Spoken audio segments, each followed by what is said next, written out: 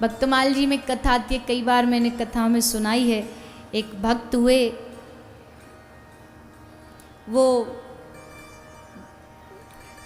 चर्मकार थे, चप्पल जूता गढ़ने का काम करते थे और जूता गढ़ते गढ़ते बस एक ही लाइन बोलते थे। क्या लाइन बोलते थे? हरि में जैसो तैसो तेरो। क्या लाइन बोलते थे? बोलिए सभी। अरे नेक जोड़ते बोल दो। क्या बोलते थे? पीछे वाले तो एकदम साइलेंट मोड पर है। अजी आप भी पंडाल में ही बैठे हो, आपसे पूछा जा रहा है। ये मुझे तो पता क्या बोलते थे, पर मुझे आपसे बुलवाना है, क्योंकि मुख से निकले तो सही, क्या पता कब कौन सी बात भगवान सुन ले, कान में पड़ जाए कि हरि में जैसो तैसो तेरो। हम जैसे हैं आपके हैं, ये गढ़ते गढ़ते बोलते रहते। सो क्या हुआ, रामदास नाम था इन भक्त का। भक्तमाल जी में इनका चरित्र आता है।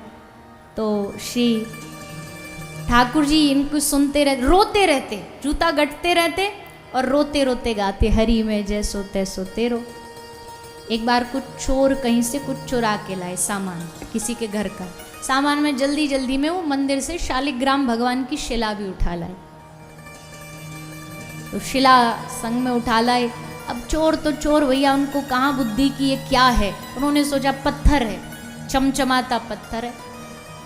तो बंटवारे में सब हिसाब, अब चोरों में बंटवारा भी तो होता है ना, जब कमा के लाते तेरा इतना तेरा हिस्सा बंटवारा होता है और बड़ी ईमानदारी से होता है। भले चोरी बेईमानी से करियो, पर हिस्सा बंटवारा ईमानदारी से करेंगे। तो एक के बट में वो पत्थर बोले तू रख ले, कुछ काम आ जाए। तो सोचा पत्थर का मैं क्या करूँगा, पर भगवान को तो कहीं पहुंचना था ना।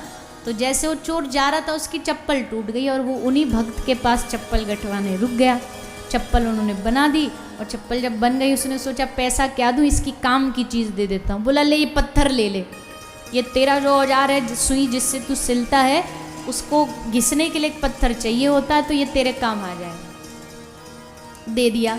वो भी बेचारे थोड़े ज़्यादा जानते नहीं थे, ज्ञान व्यान, बस उनको एक ही ज्ञान था, हरि में जैसो तैसो तेरो।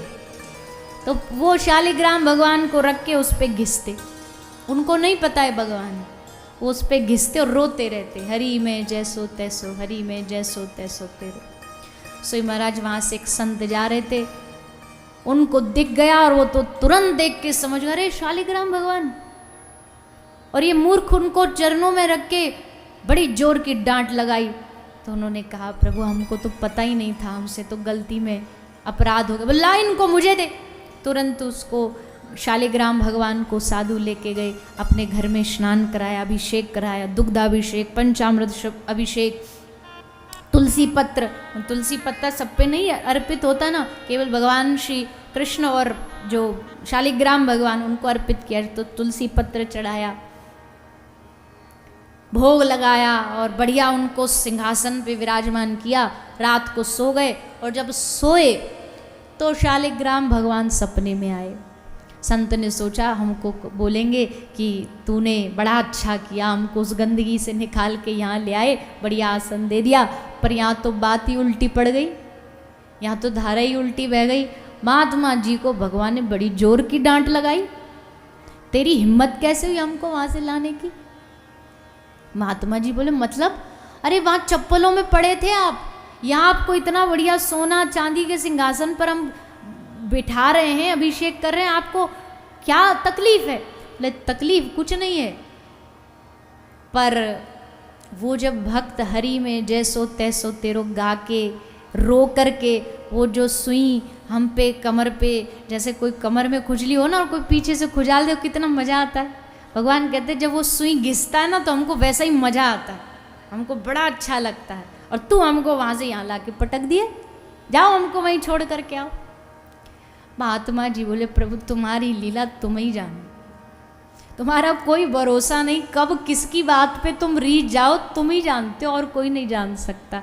लो भैया अगले दिन जा करके ग्राम भगवान उसको दिए कि भैया ये तो तेरी सेवा से ही सुख है, इनको उसी में सुख है, इनको हमारे यहाँ सुख नहीं मिला, तू ही कर इनकी सेवा।